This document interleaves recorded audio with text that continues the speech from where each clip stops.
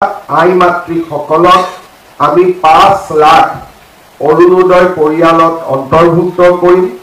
আমি 5 লাখ মহিলা উদ্যমিতা আঁচনিৰ সৈতে জড়িত কৰিম। বিটিআৰৰ প্ৰত্যেকগৰাকী ছাত্ৰীকে নিযুত মইনা আঁচনিৰে আমি আগবঢ়াই লৈ যাবলৈ যত্ন কৰিম।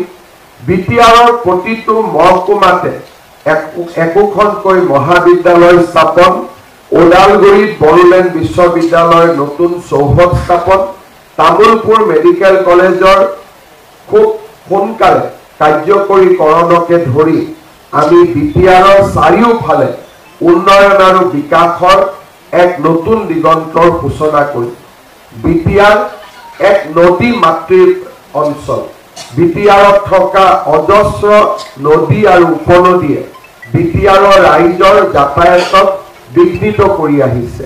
সেয়েহে বিটিআৰৰ প্ৰতিখন নদী আৰু উপনদীৰ ওপৰত সুন্দৰ দলং নিৰ্মাণেৰে বিটিআৰৰ ৰাইজৰ মাজত যাতায়াত ব্যৱস্থাক সুচল কৰা আমাৰ এক দায়িত্ব আৰু কৰ্তব্য হ'ব।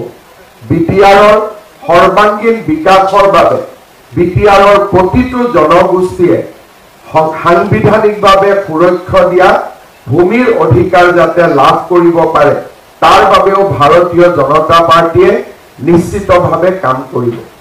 আমি বিটিআৰত থকা প্ৰতিটো জনগোষ্ঠীৰ মাজত আস্থা আৰু বিশ্বাসৰ এক নতুন যুগৰ সূচনা কৰিব খোজো।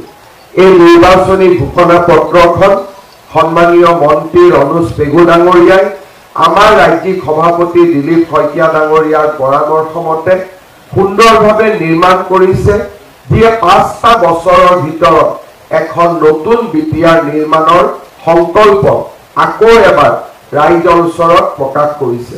মই বিটিআৰৰ ৰাইজক অনুৰোধ কৰিম, এই নিৰ্বাচনী প্ৰচাৰ পত্ৰ সংকল্প পত্ৰখন সকলোৱে যাতে এবাৰৰ বাবে পঢ়ে।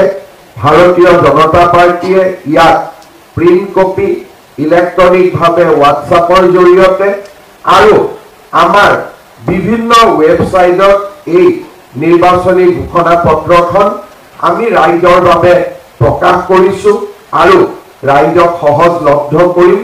মই ভাবোঁ যে এই নিৰ্বাচনী ঘোষণা পত্ৰখন সুন্দৰভাৱে কোনোবাই পঢ়িলে নতুন বিটিআৰ, ভৱিষ্যতৰ বিটিআৰৰ সংকল্প আমাৰ সন্মুখত স্পষ্টভাৱে দেখা দিব।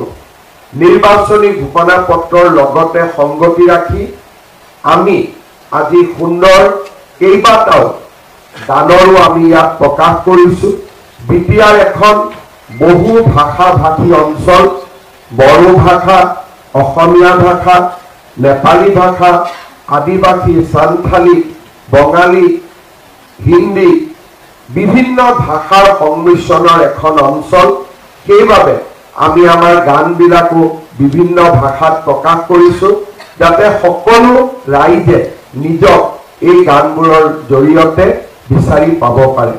মই বিশেষ দীঘলীয়াকৈ ক'ব খোজা নাই।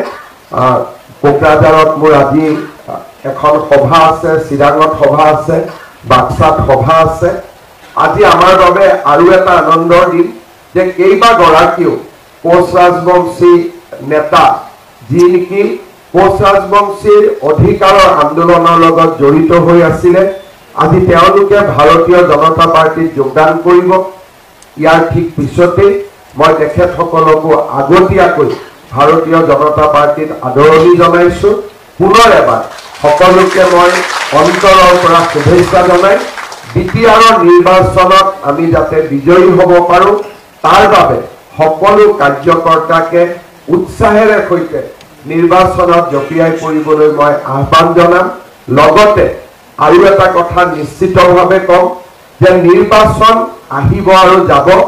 নিৰ্বাচনে যাতে বিটিআৰৰ শান্তি আৰু সমন্বয়ত কোনো কাৰণতে প্ৰতিকূল প্ৰভাৱ পেলাব নোৱাৰে